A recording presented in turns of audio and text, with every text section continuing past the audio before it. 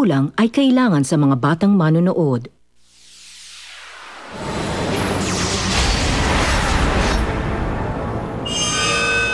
Si Lovely, may mga napapansing hindi magandang pagbabago sa ugali ni Nomer. Sabi po nila noon na hindi naman daw po ganyan si Nomer. Minsan po naninigaw. Ako na po mismo yung natatakot sa kanya lumapit eh. Nang magkaroon ng pagkakataon ay kinausap nila Lovely at Lyra si Nomer. Di ba nung isang gabi, may pinag-usapan tayo. Sabi mo nagbabago na si Nomer.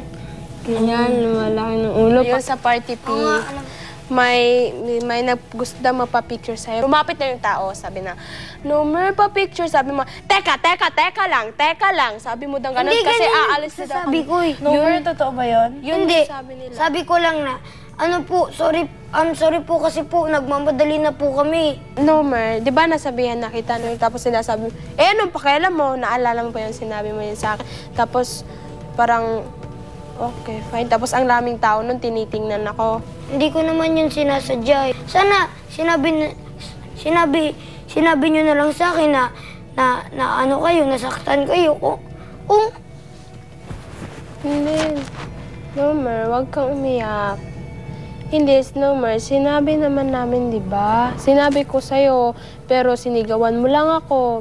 hindi nyo sinasabi sa akin na sasaktan na kayo. So, parang hindi ko na alam kung bakit di nyo ko pinapansin. Sana sinasabi nyo na lang sa akin na ganyan na naiinis kayo sa akin. So, para makapag-sorry naman ako. Pero, Nomer, di ba, ilang bisis ko na rin sa'yo sinabi na nasasaktan din ako minsan. Pero hindi mo ako parang naririnig. Kung ganyan, sorry kasi hindi ko alam na mayroon palang nagagalit sa akin, naiinis kasi hindi niya man ako pinag... Sige, Nomer, sa susunod, wag mo na yung ulitin. At isa pa, Nomer, itatak mo yon dito. Kasi minsan, oo nga, sinasabi mo, oo, di ko na yung gagawin. Pero gumaganon yun, tapos wala na. The end. Sige, friend na tayo ngayon. Friend. Ako si Jeneline Mercado. Ngayon magkakaibigan pero maya-maya ay magkakaaway na. Huwag pahuhuli sa bumibilis na takbo ng mga pangyayari dito sa Inside Prodigy. Kasama si Teacher Annie ay pinlano ni Mentor Aiza ang kakantahin ni Criza sa susunod na live gala. Yung song mo this week, gagawin ngang oboe piano lang.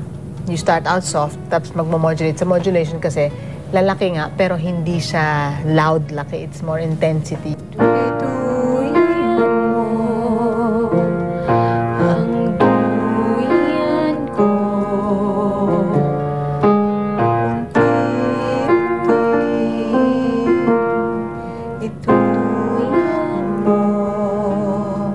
Baka maiyak ako sa kanta. Huwag ka maiyasak. Yun ang una kong tinanong kay Aiza eh. Nakakaiyak kasi yung kanta.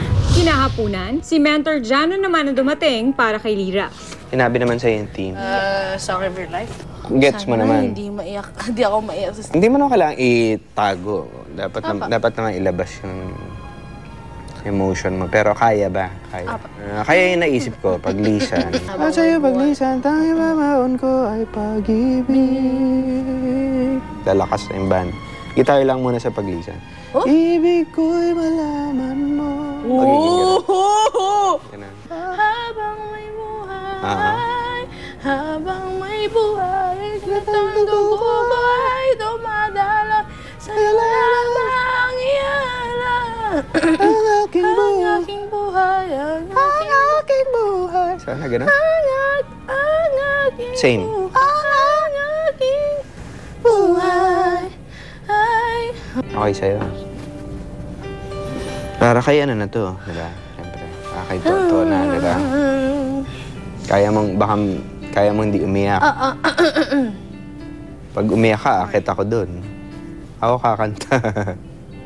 Tutuloy ko. Kailangan ko na po magbawas ng timbang. Masikip na po yung pantalon. Ano na? 70 pa, sige pa, talon pa!